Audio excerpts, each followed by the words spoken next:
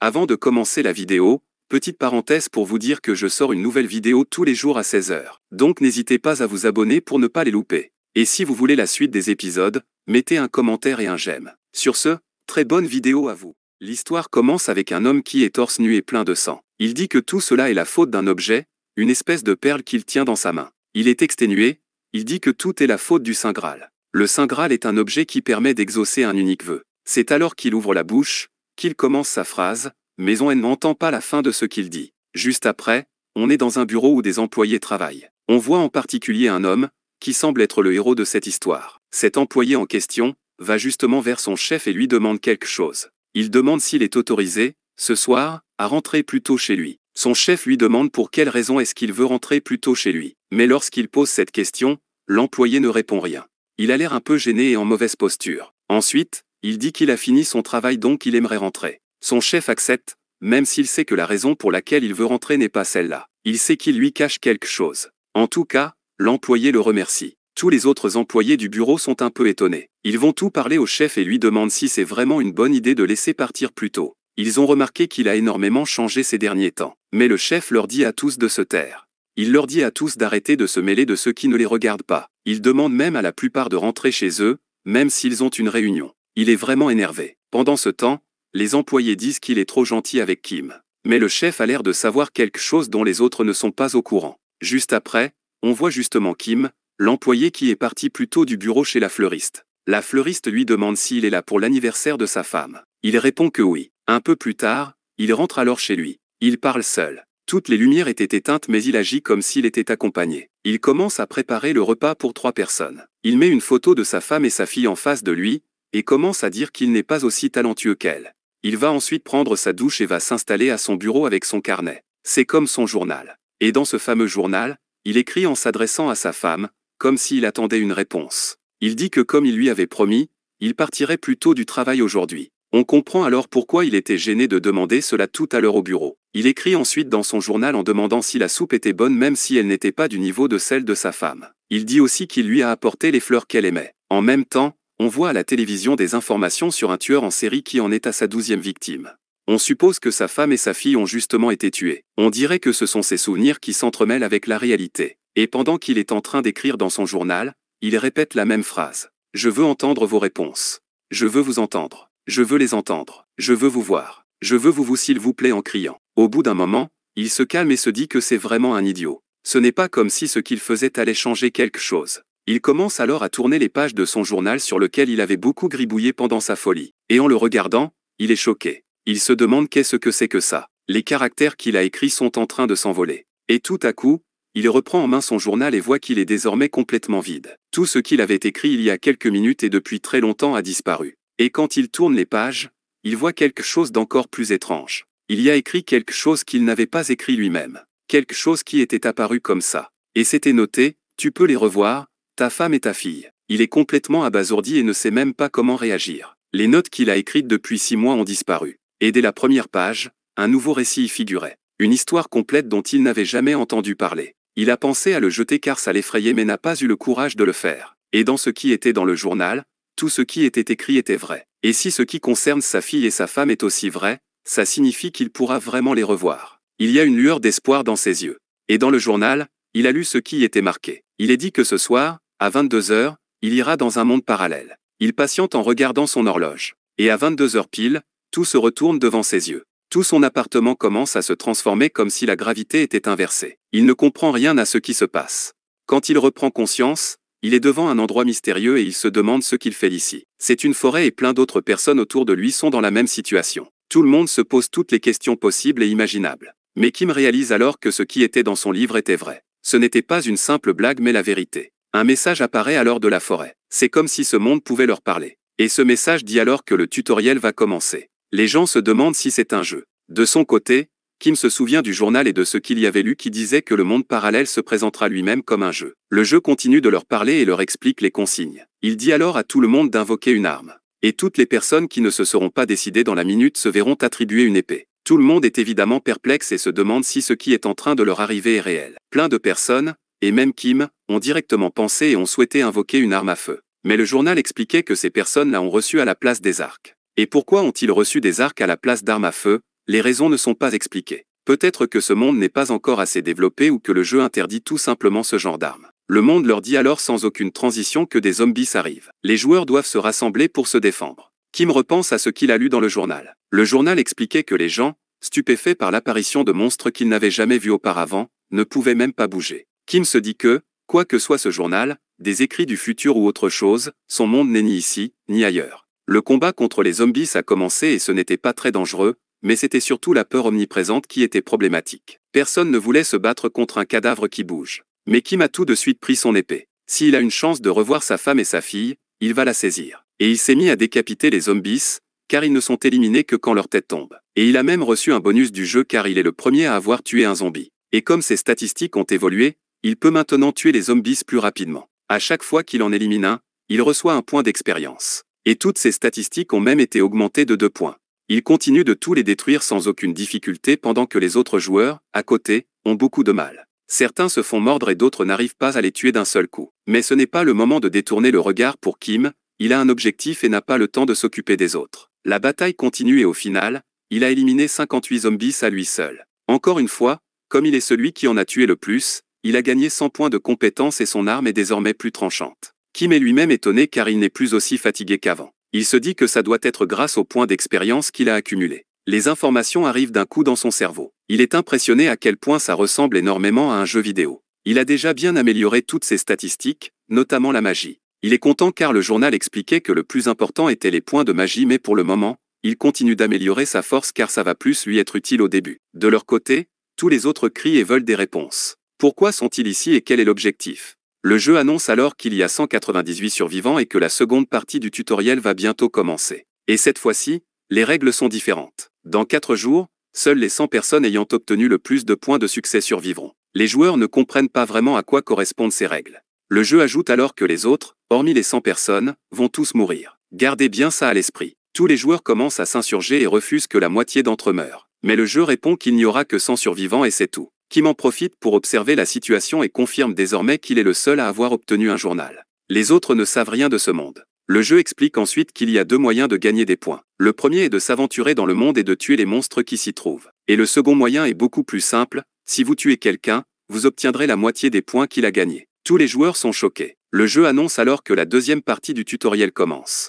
Et c'est alors que tous les joueurs se regardent entre eux d'un air monstrueux comme s'ils avaient en face d'eux du gibier. Ils se disent tous qu'ils n'ont pas besoin de combattre les monstres, il suffit qu'il y ait simplement 100 survivants et l'histoire est réglée. Ils dégainent tous leurs épées. C'est tuer ou être tué. Mais Kim leur dit à tous que s'ils veulent vraiment survivre, il leur suffit d'aller vaincre des monstres. Mais personne n'est d'accord avec lui car ils disent qu'il est le seul à être doué pour les tuer. En fait, Kim se dit que pour la seconde partie du tutoriel, c'est mieux s'il y a beaucoup de personnes donc il vaut mieux éviter que les autres se tuent. Au final, Kim s'en va et laisse les autres derrière. Il lui demande où est-ce qu'il va. Kim répond alors qu'il va survivre. Kim est finalement parti seul dans la forêt pour essayer d'aller vaincre des monstres. Et alors qu'il avançait, il entend une voix derrière lui qui l'appelle. C'est une des filles du groupe qui lui avait couru après. Elle se présente et dit qu'elle s'appelle Jingyo. Kim ne comprend pas vraiment la situation et lui demande qu'est-ce qu'il se passe. Et elle lui répond en lui demandant si elle peut le suivre. Mais sans aucune hésitation, Kim répond qu'il ne veut pas. Elle insiste et dit qu'il vaut toujours mieux être ensemble que seul. Elle est sûre de pouvoir lui être utile. Kim lui demande alors si elle a au moins tué un zombie seul. Mais au vu de sa réaction, il dit que non. Elle se cachait probablement derrière les autres pendant qu'il faisait le travail. C'est son choix si elle choisit de survivre comme ça, mais ça ne sera pas avec lui. Bien sûr, l'objectif de cette fille était de trouver un mec fort et de se cacher derrière lui. Mais Kim ne s'est pas fait avoir, il a un objectif clair en tête. Retrouver sa femme et sa fille. Et rien ne l'empêchera d'accomplir cela. On revoit Kim un peu plus tard. Au final, Kim a perdu du temps sur ce qu'il prévoyait de faire. 3 jours après la fin du tutoriel, quelqu'un a déjà découvert le donjon dont il avait appris l'existence dans le livre. Il a été trouvé par quelqu'un s'est aventuré près d'une falaise. Il savait que pour s'améliorer le plus rapidement possible, c'était la solution pour quelqu'un de son niveau qui vient d'arriver dans le jeu. Et le donjon était là, une petite ouverture dans une falaise. Cette ouverture permettait à peine à une personne de ramper à travers. Comme Kim était proche de sa localisation, il a pu suivre les personnes qui sont entrées à l'intérieur avant lui. Une fois à l'intérieur, l'environnement est totalement différent de ce qu'il y avait dans la forêt. Les monstres qu'il a rencontrés dans le donjon étaient beaucoup plus forts que les simples monstres du début. Il se dit même que s'il était venu dans le donjon le premier jour, il serait peut-être mort. Il doit désormais faire attention à chacun de ses faits et gestes. Car bien qu'il ait son journal pour l'aider et l'aiguiller, il n'est pas pour autant invincible. Donc il doit être prudent, même s'il ne fait pas face à des monstres qui ont l'air surpuissants. En tout cas, ce qui est sûr, c'est que les gens qui vont dans le donjon sont assurés de devenir rapidement plus forts que n'importe qui d'autre. Le donjon est assez spacieux à l'intérieur et tout à coup, un monstre fonce sur notre héros. C'était un insecte carnivore géant et il était très tenace. Mais Kim a quand même réussi à l'éliminer sans trop de difficultés. Il a gagné 10 points de succès en tuant ce monstre alors que pendant le tutoriel, il ne donnait qu'un seul point. Désormais, les récompenses attribuées sont différentes selon les lieux et les monstres. Il continue son chemin dans le donjon et poursuit ses combats. Il sent au fur et à mesure ses statistiques augmenter. Même si c'était désagréable au début, maintenant, il s'y est habitué. Plus il s'enfonce dans le donjon, plus les monstres sont différents. Maintenant, il voit de la mousse donc il se doute que les fourmis de mousse sont passées par là. Il explique que les fourmis sont plus faibles que les insectes carnivores, mais elles ne se déplacent jamais seules, ce qui fait qu'elles sont plus dangereuses. Au final, elles arrivent devant lui et il se dit que c'est abusé qu'il y en ait autant. Mais il remarque qu'au final, elles étaient attirées par lui à cause d'un morceau de pain qu'il avait dans la poche. Donc il le jette et les fourmis changent de cible. Donc Kim en profite, il commence à toutes les détruire en les attaquant dans leur dos. Il arrive à en éliminer 3 avant que les autres fourmis ne remarquent qu'elles sont attaquées et foncent sur lui. Il en tue une de plus mais n'avait pas remarqué que dans son dos, il y avait une fourmi qui l'attaquait. Elle lui fait quelques dégâts mais il n'arrête pas le combat et continue de les détruire. Finalement, même si le combat était très compliqué, il réussit à toutes les vaincre et ce n'était pas facile. Il s'assoit à côté de leur cadavre et reçoit ses points de succès pour les avoir vaincus. Et pendant qu'il se repose de ce combat fatigant, il reçoit un message du jeu qui lui dit qu'il a gagné la compétence force et enveloppe de la fourmi de mousse. Cette compétence lui permet de posséder la force et la peau dure des fourmis de mousse. Il lui demande s'il accepte la compétence. Bien sûr, notre héros accepte et il est même très content car c'est la première fois qu'il affronte des fourmis de mousse et il a déjà obtenu une compétence. Car il ne l'apprendra que plus tard, mais obtenir une compétence dans le tutoriel c'est très compliqué. Et lui,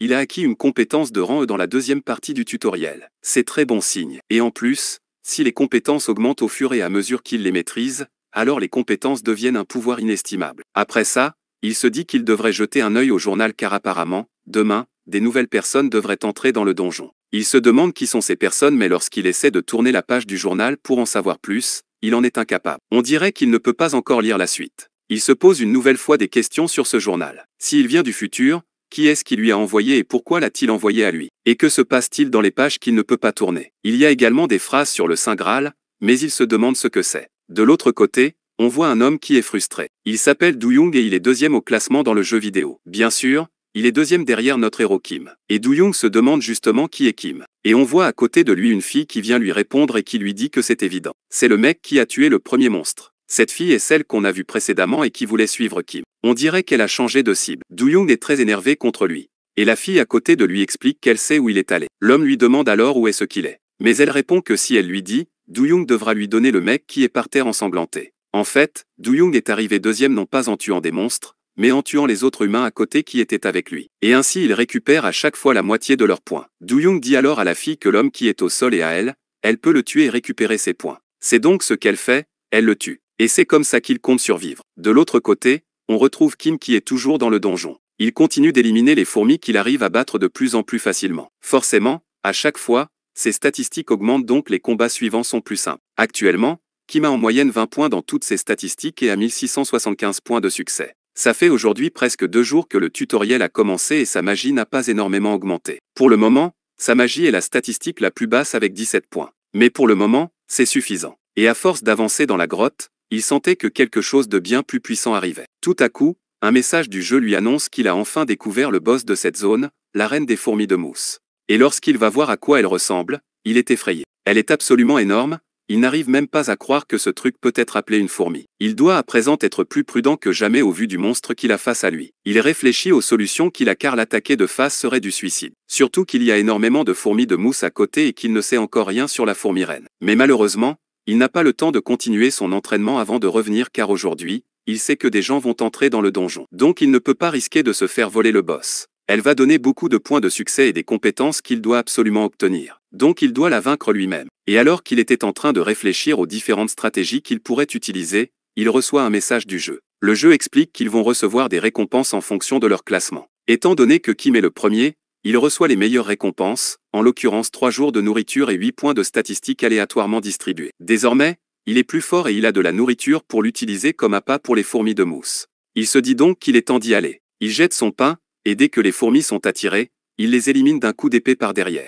Mais la reine, quant à elle, n'a pas encore bougé. Il semble qu'elle utilise ses fourmis comme des pions. Kim n'abandonne pas pour autant, qu'ils soient des centaines ou des milliers, il les affrontera tous. Il est totalement encerclé par les fourmis et est totalement exténué. Il continue de se battre et prend des dégâts par les fourmis. En effet, elles sont beaucoup trop pour lui, donc certains lui attaquent les pieds sans qu'il s'en rende compte. Mais heureusement qu'il a gagné la compétence de force et d'enveloppe des fourmis plus tôt, car sans cela, il serait mort. Et il se dit que si une simple compétence de rang est si utile, la compétence qu'il obtiendra en tuant la reine sera incroyable. Après son combat acharné, il parvient finalement à éliminer toutes les fourmis de mousse et fait enfin face à la reine. Il ne reste plus qu'elle. Leur combat commence. On voit Kim qui lui fait face.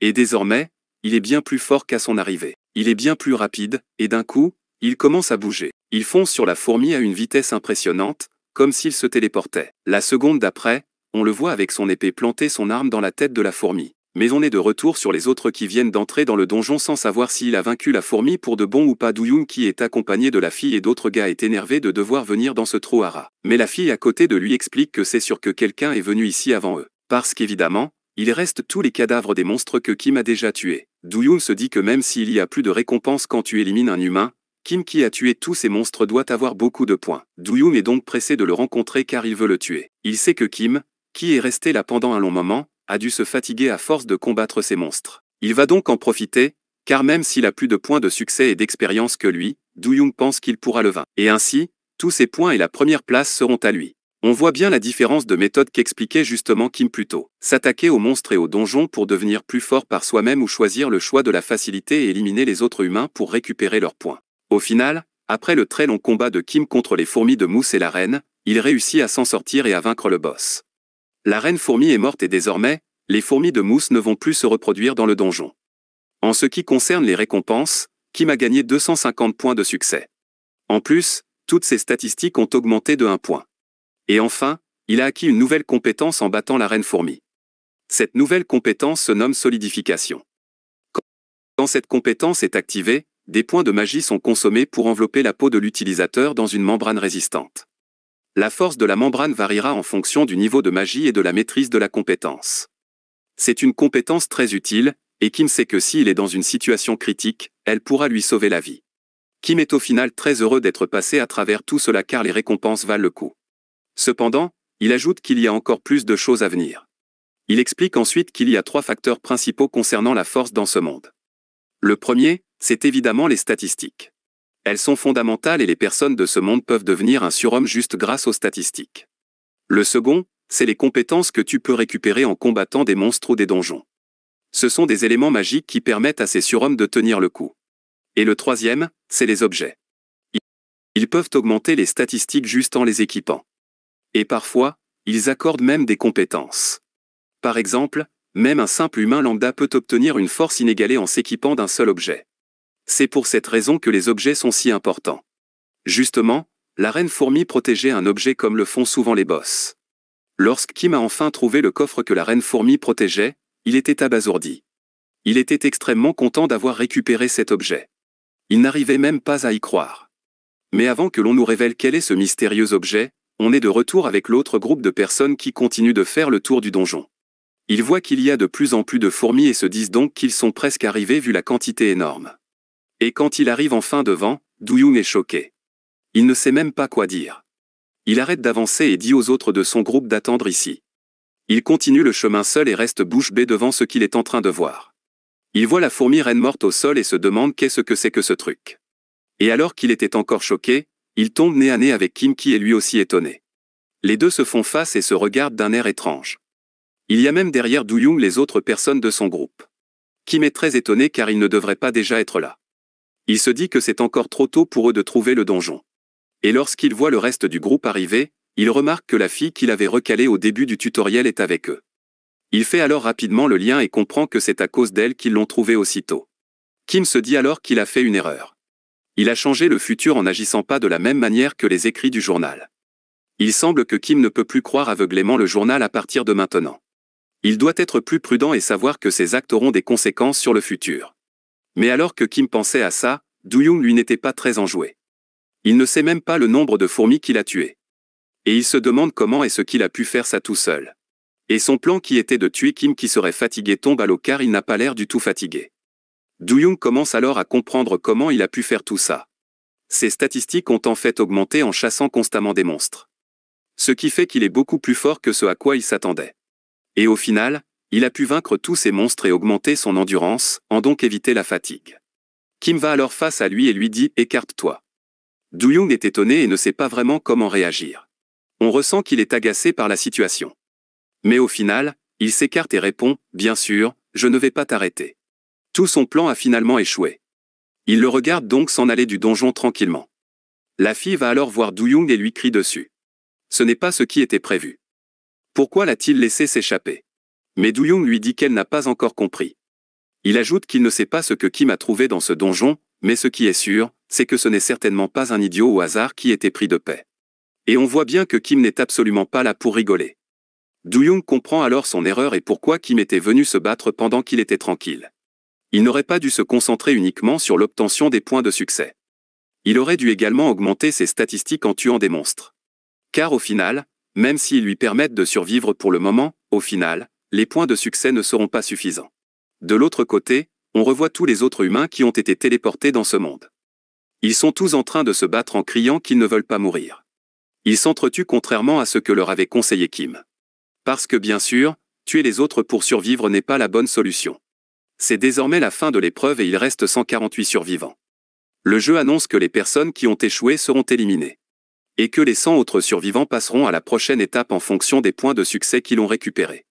On voit tout à coup plein d'humains qui se téléportent l'un après l'autre. Et on voit la détresse de ceux qui n'ont pas été sélectionnés. Tous les non sélectionnés vont se faire dévorer par les monstres du tutoriel. La seconde d'après, on revoit Kim qui ouvre les yeux dans une pièce totalement différente. Il est avec tous les autres survivants. Mais il remarque que c'est la première fois qu'il voit les personnes qui sont avec lui. Il se dit que c'est une bonne chose que le groupe de Do-young ne soit pas là. Le jeu annonce alors que la troisième épreuve commence enfin. Il explique qu'il y a 3 portes qui apparaissent en phase 2. Une rouge, une bleue et une blanche. Pour la première, il y a 10 personnes, pour la seconde, 5, et pour la dernière, 1. Et le tutoriel ne reprendra qu'une fois que toutes les personnes sont entrées dans une des portes. Le jeu explique que bien que la porte rouge permette le passage de 10 personnes, elle représente la plus grande difficulté et ça va être compliqué pour eux de survivre. La porte bleue n'est pas aussi dangereuse, c'est plutôt facile. Et la porte blanche permet de passer immédiatement le tutoriel. Les gens courent alors vers la porte blanche mais le jeu explique que le choix se fera en fonction des points de succès. Celui qui a le plus de points choisira en premier. La porte demande alors à Kim de s'avancer. Et contrairement à ce que tout le monde pense, il ne choisit pas la porte blanche mais la porte rouge. Tout le monde est choqué mais ils se disent désormais que si les 10 premiers prennent la rouge, tout le monde pourrait survivre. Et lorsque le deuxième joueur est appelé, Will choisit la porte blanche. Tout le monde le traite d'égoïste mais il dit qu'il n'a aucune preuve que les personnes après lui allaient choisir la rouge. Donc il préfère choisir la sûreté. Et pour preuve, tous les autres participants suivants prennent la porte bleue pour tenter d'avoir le plus de chances possible. Will va donc voir Kim et lui dit qu'il a fait un choix absolument stupide. Mais Kim lui répond qu'il pense vraiment que c'est pour cette raison. Will ne comprend pas. Kim dit alors que Will pense probablement avoir fait le bon choix, mais ce n'est pas le cas. Il aurait mieux fait de choisir la porte bleue. Le jeu annonce alors que tout le monde a fait son choix. Une personne à la porte blanche, 5 dans la bleue et le reste dans la rouge. Le jeu leur explique qu'ils ont 10 minutes pour entrer dans leur porte. Un des hommes qui a la porte rouge se dit qu'il ne peut pas passer par là, il va mourir à coup sûr. Alors il essaie de courir vers la porte blanche et de passer par celle-ci. Il fonce vers la porte mais avant d'entrer dedans, il se fait repousser. Will l'attrape ensuite et l'insulte. Il lui dit qu'il n'aurait pas dû faire ça et il commence à le tabasser. Mais alors qu'il était en train de le frapper, Kim vient l'arrêter. Il dit que ça suffit. Il dit que cet homme doit passer le tutoriel avec lui par la porte rouge. Lorsqu'il tient son bras, Will est choqué par la force de Kim. Will était 12e au classement, mais il ne pensait pas qu'il y aurait une aussi grosse différence.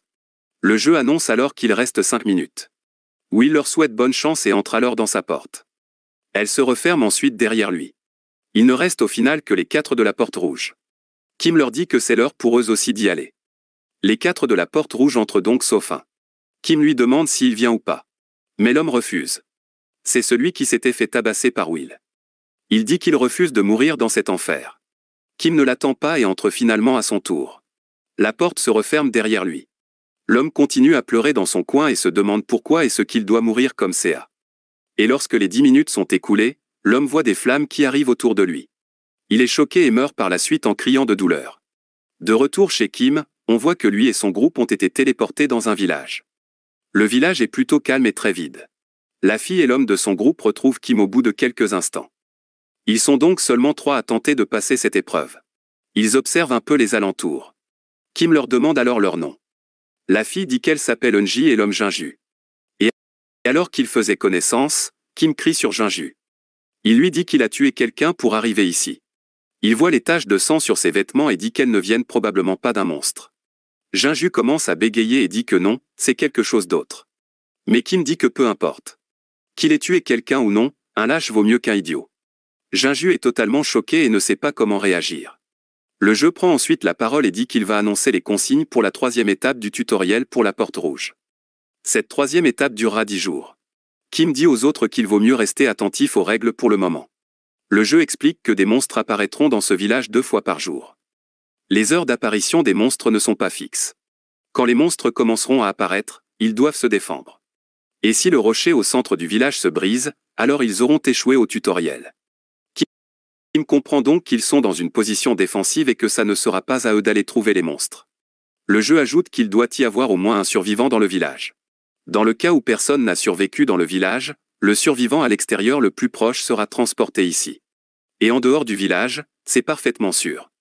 Kim est choqué quand il apprend ça. Il se dit que forcément, ils ne pourront pas rester ensemble. Car sinon, il est évident que quelqu'un va s'enfuir. Le jeu annonce alors que la 3e étape du tutoriel a commencé. Kim propose alors aux 2 autres de tout d'abord se diriger vers le centre du village. Ils vont ainsi voir à quoi ressemble la pierre et la protéger en cas d'invasion de monstres. En avançant d'un visage très crispé, Kim sait que cette étape ne sera certainement pas facile. Lorsque Kim, Eunji et Jinju étaient en train de marcher pour aller vers le centre du village, il leur pose une question. Que vont-ils faire finalement? Vont-ils rester ici et combattre ou bien préfèrent-ils s'échapper? Eunji et Jinju sont un peu étonnés par la question. Eunji, étant un peu hésitante, répond qu'elle ne sait pas s'ils pourront survivre s'ils se battent. Car c'est déjà censé être une épreuve difficile pour 10 personnes. Mais alors là, en sachant qu'ils ne sont que 3. C'est du suicide d'y aller comme ça. Mais Kim répond que lorsque le jeu a dit que ça sera dur avec 10 personnes, c'était probablement juste pour les embrouiller. Eunji ne comprend pas. Il explique qu'il doit y avoir au moins une personne dans le village. Et comme dit précédemment, la zone est sûre en dehors du village. Donc d'une certaine manière, c'est logique. Même si au départ, il y a 10 personnes qui intègrent cette partie du tutoriel, il est probable qu'au moins une personne s'enfuirait. Et cette personne laisserait donc les autres se battre contre les autres et protéger le rocher au milieu du village. Et bien évidemment, si une personne part et abandonne les autres, petit à petit, tout le monde commencera à s'en aller progressivement. Au final, il est inévitable que le tutoriel se déroule avec très peu de personnes. Et Kim dit qu'il est désolé de les suspecter, mais il pense que tous les 2 auraient certainement eu ce genre de pensée. Et on voit bien à leur visage que c'est ce qu'ils pensaient. Ils voulaient abandonner le groupe pour se sauver. Mais Jinju répond que même s'ils s'enfuient, ça ne changera rien. Car au final, si ceux qui restent au village sont tués par les monstres, il sera téléporté dans le village à son tour. Donc s'enfuir ne fera qu'affaiblir les forces du groupe. Kim confirme ce que vient de dire Jinju. Ils doivent combattre tous ensemble. Et il se pose même la question. Est-ce que la situation est aussi simple car ils ne sont que 3? Aucun d'eux n'oserait partir comme ils sont si peu nombreux. Il semblerait qu'il est le groupe parfait en termes de nombre. Mais malgré tout ça, Kim sait qu'il ne peut pas leur faire confiance. Il reste comme à son habitude très prudent et méfiant. Il dit aussi que dans le journal, il a choisi la porte bleue. Donc actuellement, il ne connaît rien du tout de cet endroit. Il est en totale découverte. Ils sont arrivés au centre du village et ont vu le rocher. Et Kim s'adresse à Jinju et Eunji encore une fois. Il leur dit que bien qu'ils ne soient que 3, il ne pense pas que cette mission soit impossible. Il reste confiant. Il explique qu'ils sont dans un monde différent du leur. Et ici, quand ils chassent les monstres, leurs statistiques continuent à augmenter. Ainsi, ils deviendront plus forts au fur et à mesure. Bien sûr, ils auront plus de monstres à chasser à eux seuls donc ça sera plus compliqué, mais ça leur fera plus d'expérience. Et c'est pour cette raison que Kim a choisi la porte rouge. Après la 3e étape du tutoriel, en l'occurrence celle-ci, ils seront tous réunis au même endroit pour la 4e étape. Pendant la 4e étape, son journal disait que tous les joueurs qui venaient de la porte rouge étaient excessivement forts par rapport aux autres. Donc Kim veut en profiter pour tuer des monstres et devenir plus forte ici. Mais lorsqu'il dit ça, Eunji s'énerve car elle dit que ce n'est pas un jeu, ils vont vraiment mourir. Alors qu'elle était en train de parler, le sol se met à trembler. Les secousses mettent en alerte le groupe de Kim et il les prévient. Il leur dit de se tenir prêts car les monstres arrivent. Et on voit justement un monstre qui apparaît des trous faits dans le sol à cause des tremblements de terre. Ce sont des gobelins démoniaques et ils sont en très grand nombre. Eunji et Jinju sont totalement effrayés. Mais Kim leur dit de se rapprocher du rocher et de le protéger des monstres. Et tout à coup, Kim se met en position et se prépare à combattre. Comme dans ses combats précédents, il utilise sa vitesse impressionnante pour foncer sur les monstres en face de lui et commence à les éliminer un par un. Jinju et Eunji sont totalement ébahis devant Kim. Ils ne savent même pas quoi dire face à une telle puissance. Mais pendant qu'ils l'observaient combattre de son côté, des petits gobelins se sont mis à les attaquer. Ils doivent rester prudents. Ils commencent eux aussi à se battre. Kim essaie de rester attentif à eux deux également car il ne sait pas s'ils sont capables de tenir. Mais pendant qu'il essaie de regarder si les deux autres vont bien, des gobelins continuent de l'attaquer. Ils sont en très grand nombre. Et il y a même un des gobelins qui l'attaque dans son dos et il sait qu'il n'arrivera pas à esquiver cette attaque. Donc il décide d'utiliser la compétence consolidation. Cette compétence crée une carapace autour de son corps et le protège mais elle consomme également sa magie rapidement. En tout cas, l'attaque du gobelin a été complètement parée et n'a fait aucun dégât à Kim. Il se dit que cette compétence qu'il a gagnée contre la reine fourmi est vraiment utile. Mais ça l'a énormément fatigué. Et il voit qu'en même temps, ses deux camarades sont en très mauvaise posture. Il fonce donc les aider avant que le rocher ne soit détruit. Au final, les premiers monstres ont été éliminés et c'était plus dur que ce qu'il pensait. Les deux sont assis contre le rocher. Jinju n'est pas blessé mais Eunji s'est pris une attaque à l'épaule. Kim lui dit de ne pas s'inquiéter. Ses statistiques sont plus élevées que la moyenne, donc avec un peu de repos, elle devrait aller mieux. Avec un simple bandage, elle devrait facilement s'en sortir. Et Kim réfléchit à la situation.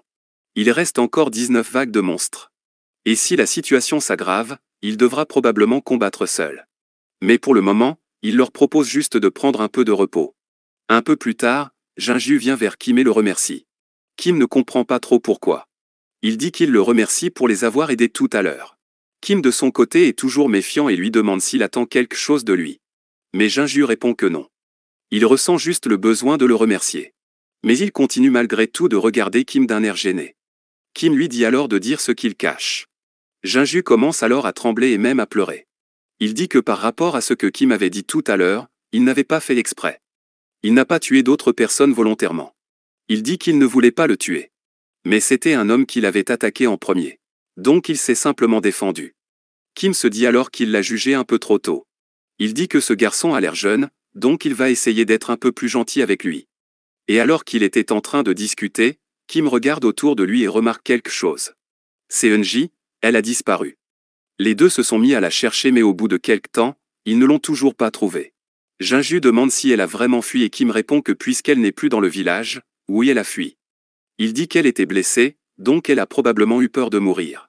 Et elle a dû se dire que d'une manière ou d'une autre, Kim et Jinju allaient réussir à passer le tutoriel. Donc elle veut en profiter pour être tranquille et ne prendre aucun risque. Jinju se dit que c'est un très mauvais choix car il y a une énorme différence désormais et il n'est pas très confiant. Mais Kim dit que dans tous les cas, ils ne peuvent pas être sûrs de la situation étant donné qu'elle n'est pas avec eux. Jinju est très stressé et se demande comment et ce qu'ils vont faire maintenant. Mais Kim répond que c'est très simple, ils auront juste plus de monstres à chasser. Jinju ne comprend pas comment est-ce que Kim peut être aussi décontracté alors qu'ils sont dans une situation très délicate. Mais Kim répond que s'inquiéter ne changera pas grand-chose à la situation. Il vaut mieux se détendre pendant que les monstres ne sont pas encore là. Par contre, il précise que même pour lui, ça sera impossible de protéger l'énorme rocher seul face à tous les monstres qui vont arriver. Mais Jinju lui dit de ne pas s'inquiéter de ce côté-là. Car il ne compte pas s'enfuir dans tous les cas. Après un long silence, Jinju reprend la parole et pose une nouvelle question. Il demande à Kim que se passera-t-il lorsque le rocher qui est derrière eux se brisera. Et Kim répond simplement qu'ils auront échoué au tutoriel. Alors Jinju repose une autre question.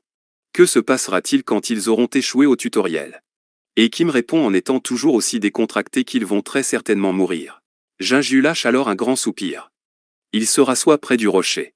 Quand ils sont tous les deux assis, Kim dit à Jinju d'essayer de s'occuper de 10 monstres.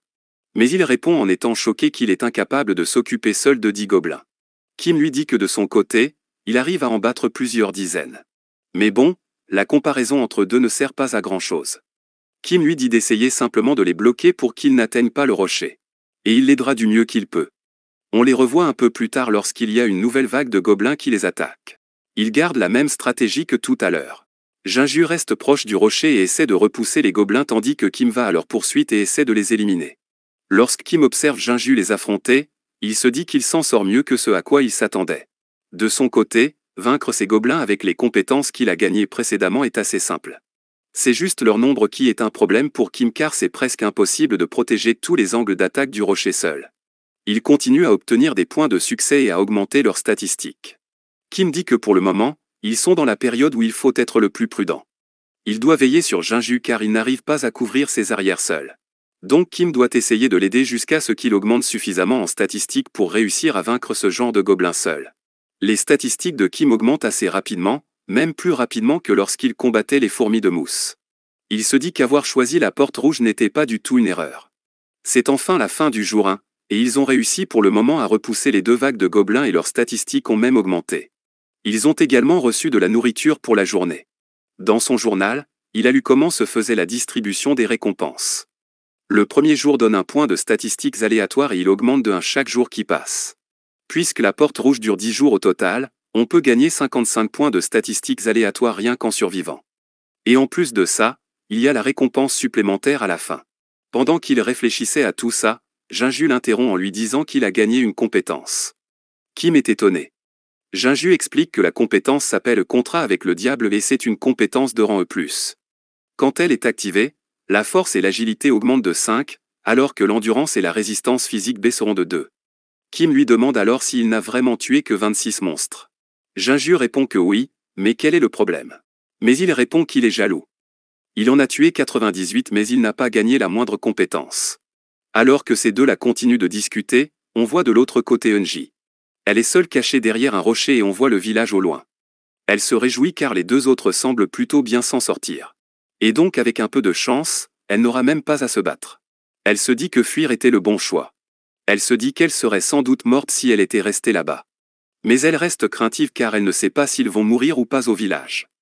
Mais elle dit que ce n'est pas possible. Elle a vu Kim en action et elle lui fait confiance. Ou en tout cas, elle n'a pas d'autre choix que de lui faire confiance. De retour au village, on est désormais au jour 4. Les 2 ont déjà bien avancé et ont réussi à repousser presque la moitié des vagues de monstres. Au fur et à mesure des vagues de monstres qui apparaissent, ce n'étaient plus que des gobelins démoniaques mais également d'autres types de monstres plus puissants qui sont apparus. Jinju se dit qu'il ne pensait jamais de sa vie voir des monstres pareils de ses propres yeux. Kim de son côté continue d'analyser la situation. Il voit que cette vague de monstres a causé pas mal de blessures à Jinju. Il essaie de le soigner même si ce n'est pas parfait. Il faut prendre du repos le plus vite possible avant que la prochaine vague n'arrive. Jinju le remercie et il lui pose également une question. Il lui demande s'il pense qu'il va survivre. Car pour le moment, ils sont d'après ce qu'a dit le jeu, dans un tutoriel. Et ce n'est que la 3e étape. Qu'est-ce qui vient après ce tutoriel? Enfin, est-ce que ce tutoriel se finira un jour? Mais Kim répond qu'il s'inquiète pour rien. Bien sûr qu'ils survivront après que tout soit fini. Jinju dit alors que dans tous les cas, il ne peut pas mourir maintenant. Il doit s'occuper de ses frères et sœurs. Il se demande d'ailleurs s'ils mangent bien, ou s'ils vont à l'école à l'heure. Et tout à coup, en repensant à tout ça, il se met à pleurer. Il dit en pleurant qu'il ne veut pas mourir. Il ne veut pas et ne peut pas se permettre de mourir, pas maintenant. Il doit rentrer revoir sa famille. Mais alors qu'il est en train de craquer, Kim lui crie dessus. Il lui dit de se ressaisir, il ne va pas mourir. Cette fois, il n'y a aucune chance qu'il meure. Désormais, Kim lui dit qu'il prendra soin de lui. Ils sont presque arrivés à la moitié. Il lui dit alors juste de se reposer, car ils auront encore du travail demain. On voit maintenant un nourrisson dans son lit. Le bébé est en train de beaucoup s'amuser et il rigole. Il était sur le dos et il vient de se retourner sur le ventre. On a l'impression qu'il regarde quelqu'un. En fait, c'étaient ses 2 parents, et ils sont heureux parce que c'est la première fois que leur enfant bouge comme ça. On reconnaît le père, car c'est Kim, le héros de notre histoire. Il est sûrement en train de se rappeler des souvenirs. Et justement, sa femme était en train de l'embêter car Kim avait réussi à prendre leur fille en vidéo mais pas elle. Elle était très jalouse. Et pendant qu'il était en train de s'amuser de leur côté, on voit leur enfant qui commence à pleurer. Lorsque Kim porte sa fille pour lui demander qu'est-ce qu'il y a, sa femme lui dit qu'elle a probablement faim. Mais lui, il est absolument ébahi par la beauté de sa fille. Sa femme continue à se moquer de lui et dit que la beauté de leur fille vient d'elle et certainement pas de Kim. Mais lorsqu'elle le voit de plus près, elle voit son visage totalement enjoué. On voit qu'il est totalement heureux avec sa femme et sa petite fille. Mais la seconde d'après, on revoit le Kim du présent. Dans la même position, mais son visage est totalement différent. On voit que la mort de sa fille et de sa femme l'ont totalement changé. Il parle avec son coéquipier et il dit qu'il pensait seulement au passé. Et ils sont actuellement au 10e jour du tutoriel. Donc ils sont presque arrivés à la fin. Mais étrangement, aucun monstre n'est apparu aujourd'hui.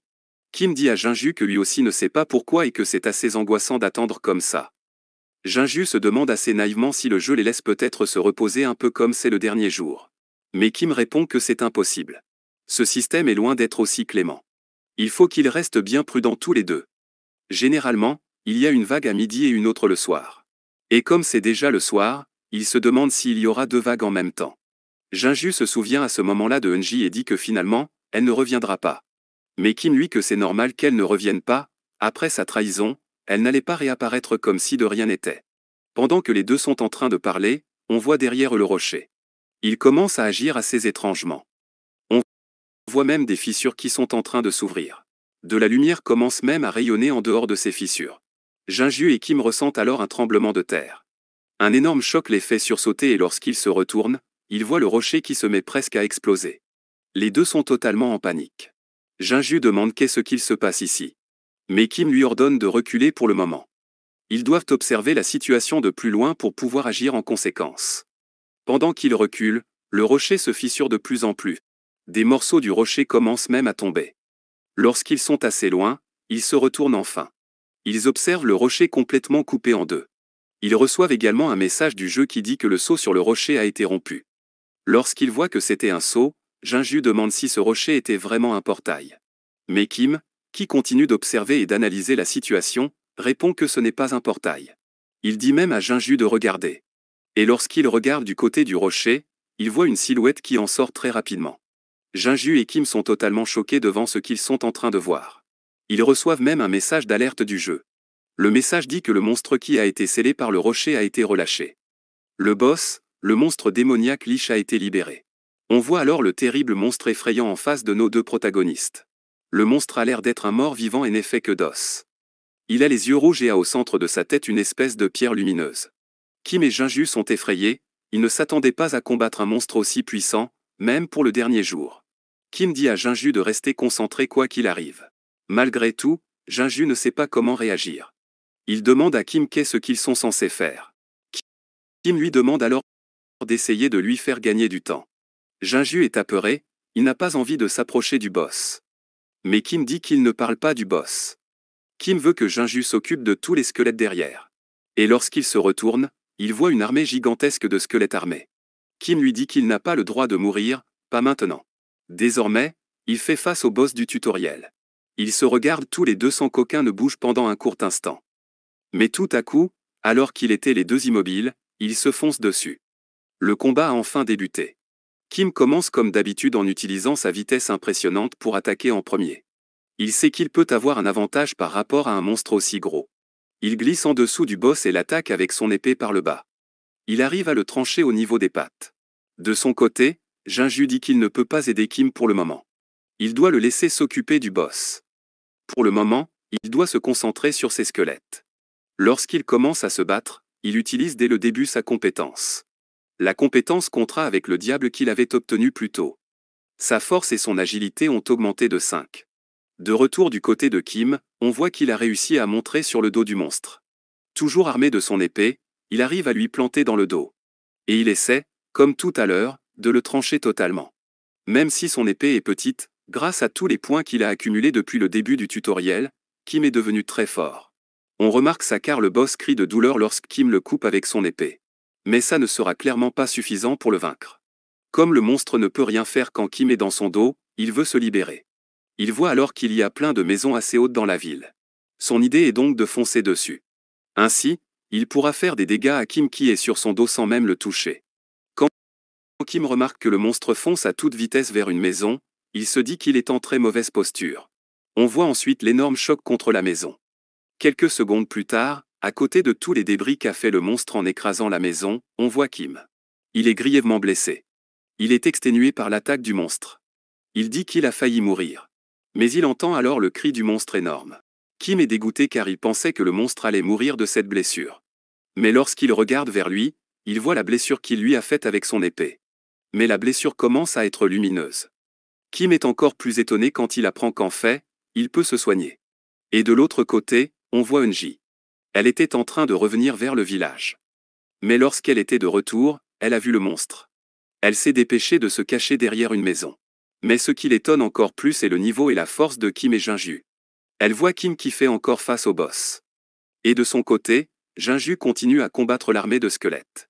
Et même, si le combat est difficile, ils arrivent pour le moment à sortir. Elle se demande comment ils ont pu devenir si forts. Au départ, elle était venue ici en se disant que Kim et Jinju étaient peut-être morts mais pas du tout. Ils sont au contraire plus forts que jamais. Elle se demande que est-ce qu'elle peut faire. Elle ne peut pas revenir comme ça. Est-ce qu'ils lui pardonneront de s'être enfuie comme une lâche? Elle continue à se mordre les doigts comme une folle pendant qu'elle réfléchit. Est-ce qu'ils vont essayer de la tuer? Que doit-elle faire? En se posant toutes ces questions, on voit au final que son doigt est totalement ensanglanté. De retour du côté de Kim, il réfléchit toujours à comment vaincre le boss. S'il se régénère à chaque fois, comment le battre? Est-il même possible de le tuer? Mais malgré tout, Kim se dit qu'il doit avoir une faiblesse quelque part. Mais savoir qu'il peut se régénérer ne l'aide pas du tout. Pendant qu'il réfléchit, il reçoit un puissant coup de queue du monstre.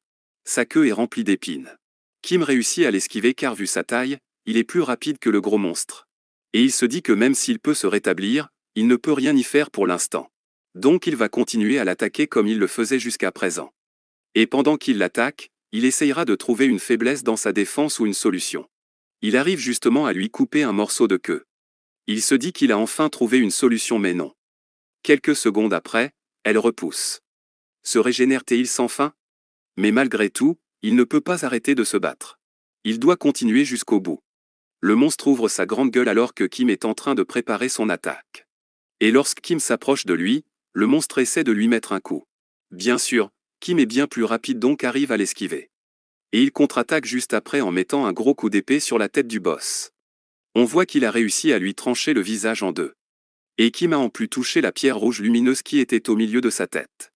Il ne l'avait pas ciblé volontairement mais il remarque que depuis qu'il l'a touché, le monstre ne réagit plus comme avant.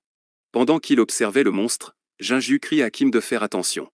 Lorsqu'il tourne la tête, il voit Jinju qui est en train de le protéger d'une énorme attaque magique. Kim demande alors à Jinju si ça va. Mais il est très blessé et on voit bien qu'il est en très mauvaise posture. En fait, il y a un des monstres squelettes qui peut utiliser la magie dans la horde. Et quand Kim essaie de voir si Jinju peut continuer à combattre dans ces conditions, il n'était pas très attentif au boss qu'il était en train de combattre. Il l'a laissé de côté. C'est alors qu'il prend justement un énorme coup de queue dans le ventre. Le coup est surpuissant et Kim s'envole dans les airs. Jinju lui-même est surpris. Même pendant qu'il est dans les airs, il a du mal à bouger vu la puissance du coup.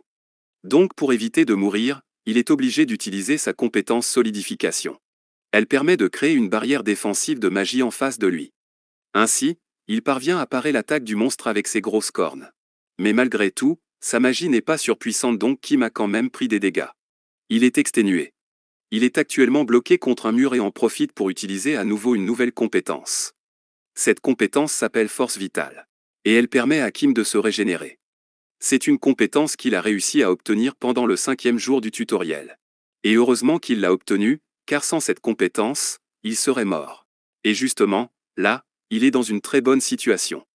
Car le monstre a essayé de l'attaquer et au final, Kim se retrouve sur sa tête. Et il est juste en face de la gemme qui est dans la tête du boss. Kim dit que généralement, une gemme se révèle être un point faible. Il prépare alors son attaque et enfonce son épée sur la gemme du boss. Et de l'autre côté, on voit tous les squelettes qui étaient en train de combattre Jinju qui tombent. Jinju n'a plus personne en face de lui. Il se demande qu'est-ce qu'il se passe. Un message du système annonce alors que le boss a été vaincu. Le démon Lich a été tué.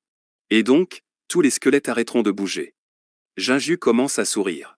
Il crie le nom de Kim pour exprimer sa joie. Et quand il va vers lui, il ne le voit pas. Il ne voit que la carcasse du boss qui est au sol. Il se dit que c'est pas possible. Il commence même à pleurer. Mais au bout de quelques secondes, Kim sort sa tête. Il était en fait caché en dessous des os du monstre. Il se moque de lui et dit qu'il n'est pas encore mort. Jinju court vers lui et lui demande s'il va bien. Et Kim lui répond que oui, tout va bien, tout est enfin fini. Jinju comme d'habitude se met à pleurer en disant qu'ils ont survécu à ces 10 jours. Il s'exclame de joie et dit qu'ils sont vivants. Mais pour une raison étrange, Kim ne sourit pas et il a l'air au contraire effrayé par ce qu'il voit. Et la seconde d'après, on voit derrière Jinju une silhouette. Mais ce n'a pas l'air d'être un monstre, mais plutôt un humain. Jinju regarde alors le sol avec un regard totalement vide, comme s'il venait de se passer quelque chose d'effroyable. On voit à moitié le visage de la personne qui était derrière Jinju. Cette personne tient une épée en main. Et lorsqu'on voit Jinju, il a effectivement un trou dans le ventre. L'épée l'avait complètement transpercé. Quand Kim voit ça, il crie très fort mais il est trop tard pour esquiver. Il était encore au niveau de la carcasse du boss.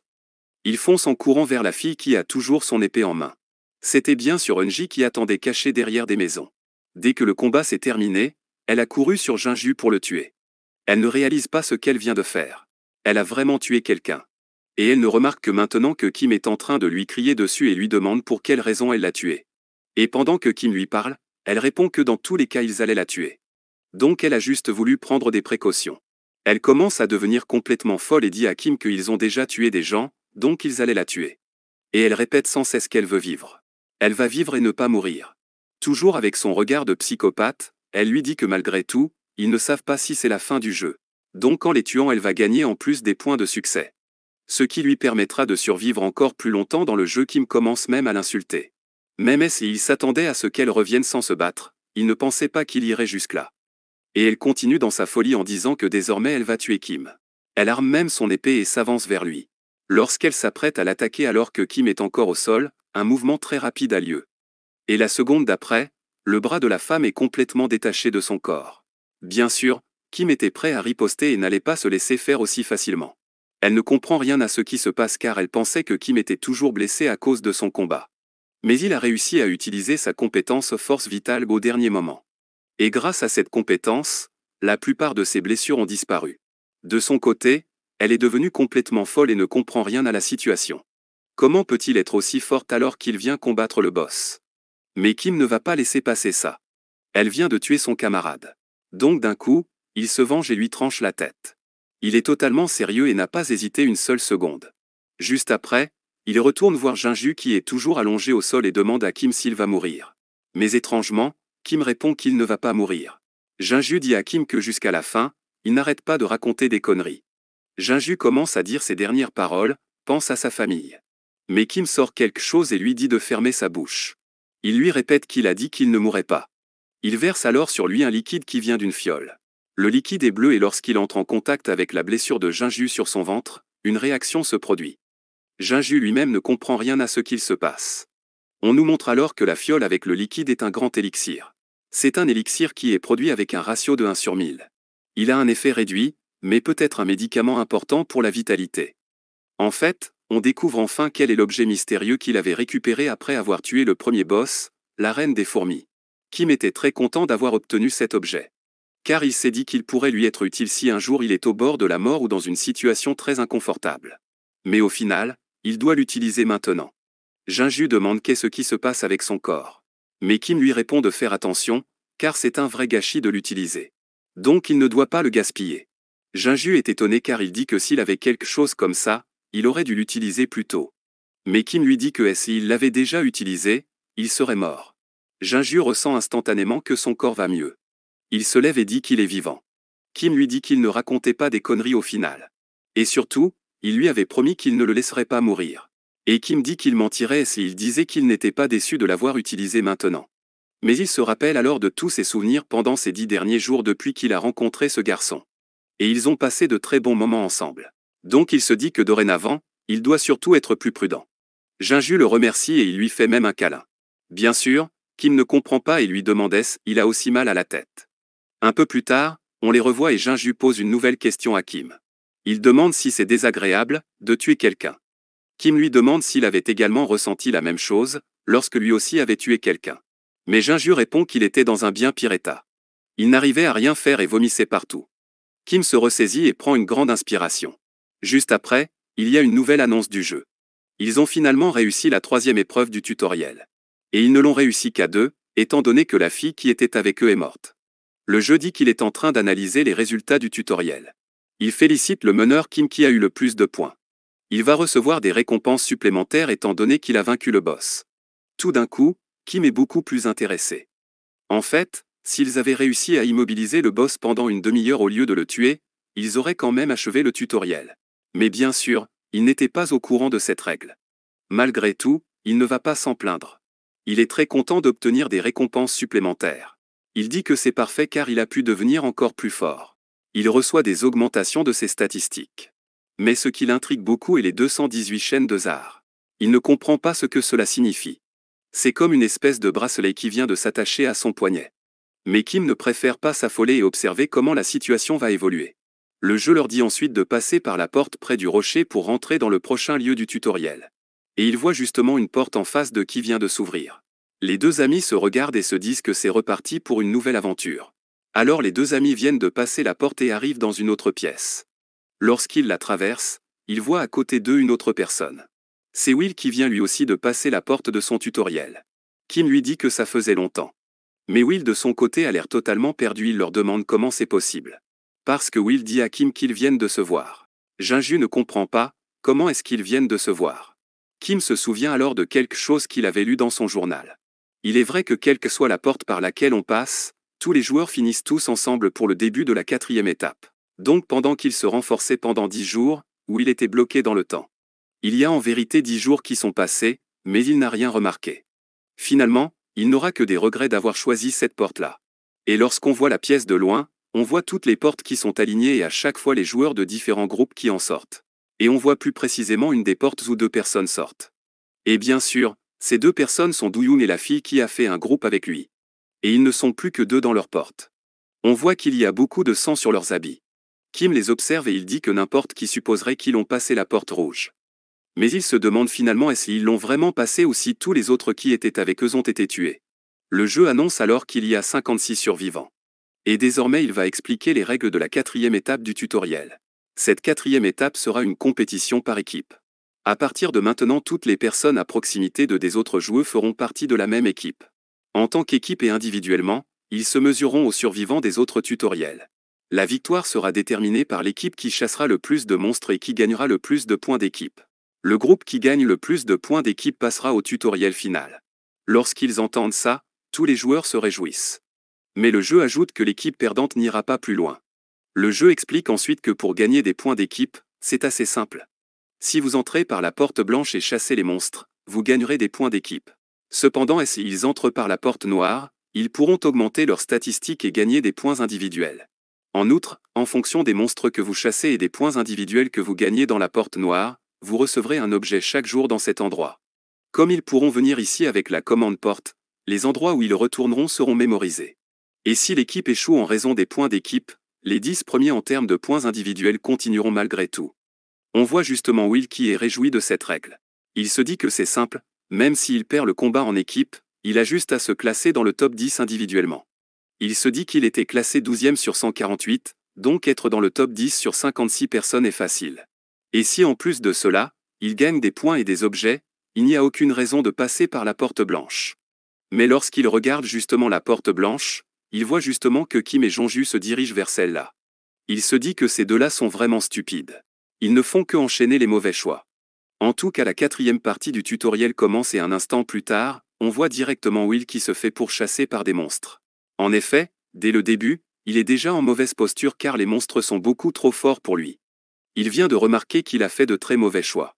Et alors qu'il était en train de fuir, les 2 monstres qui sont derrière lui se font découper en 2. Will est étonné que les 2 monstres s'arrêtent tout à coup de lui courir après. Mais en fait, c'est Kim et Jinju qui sont arrivés et qui ont tué les 2 cyclopes. Kim dit alors que la porte blanche menait à un couloir, mais la porte noire est une forêt.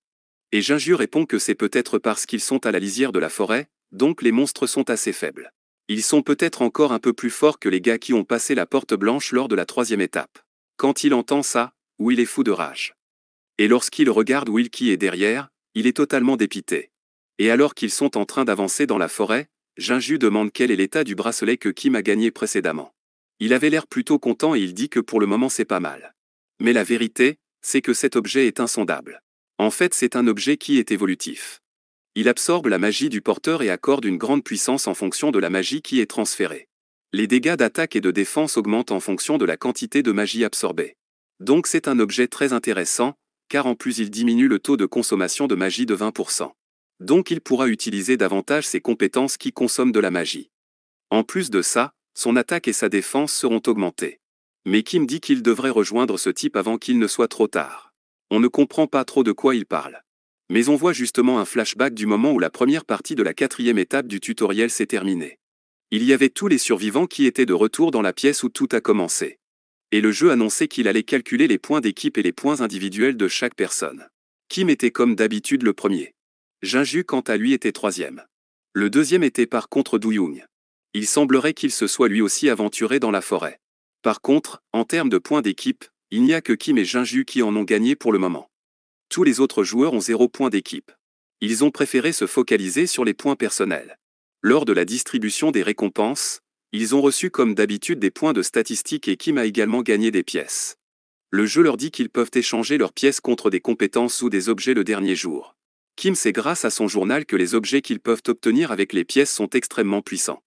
Il ne sait pas s'ils seront meilleurs que les chaînes de Zahar, mais il va quand même essayer de t'en avoir le plus possible. Et le jeu leur annonce également le nombre de points de l'équipe opposée. Ils ont obtenu 28 000 points. Alors que l'équipe de Kim n'en a récupéré que 3 000 points. Kim annonce alors à tout le monde et passe un accord afin que tout le monde puisse survivre. Doyoung dit qu'il est vraiment curieux de voir cette méthode incroyable pour sauver tout le monde. Mais il dit qu'il espère que ce n'est pas quelque chose de stupide comme de travailler ensemble pour gagner des points d'équipe. Mais Kim dit qu'il avait bien deviné, ils ont simplement à battre l'autre équipe pour survivre. Doyoung commence donc à rigoler et se moquer de lui. Il dit que si c'est ça leur méthode, il ne va pas les aider. En tout cas, c'est la fin pour aujourd'hui, mettez un pouce bleu et un commentaire si vous voulez que je vous sorte la suite rapidement, et je vous dis à demain, 17 h, pour une nouvelle vidéo.